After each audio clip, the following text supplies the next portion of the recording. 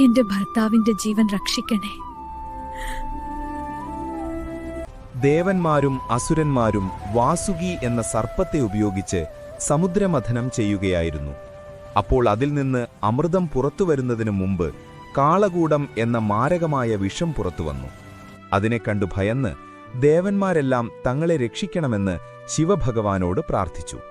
ശിവഭഗവാൻ അവരുടെ അപേക്ഷ സ്വീകരിച്ച് കാളകൂട വിഷം കുടിച്ചു.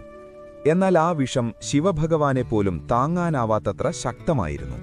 അതിനാൽ പാർവതീദേവി വിഷം തൊണ്ടയിൽ നിന്നും ഇറങ്ങാതിരിക്കാൻ ശിവഭഗവാന്റെ കഴുത്ത് മുറുക്കെ പിടിക്കുകയും ചെയ്തു. എന്നാൽ ആ രാത്രി മുഴുവൻ ശിവഭഗവാൻ ഉറങ്ങാതെയിരുന്നാൽ മാത്രമേ വിഷം ശരീരത്തിൽ കലരാതിരിക്കൂ.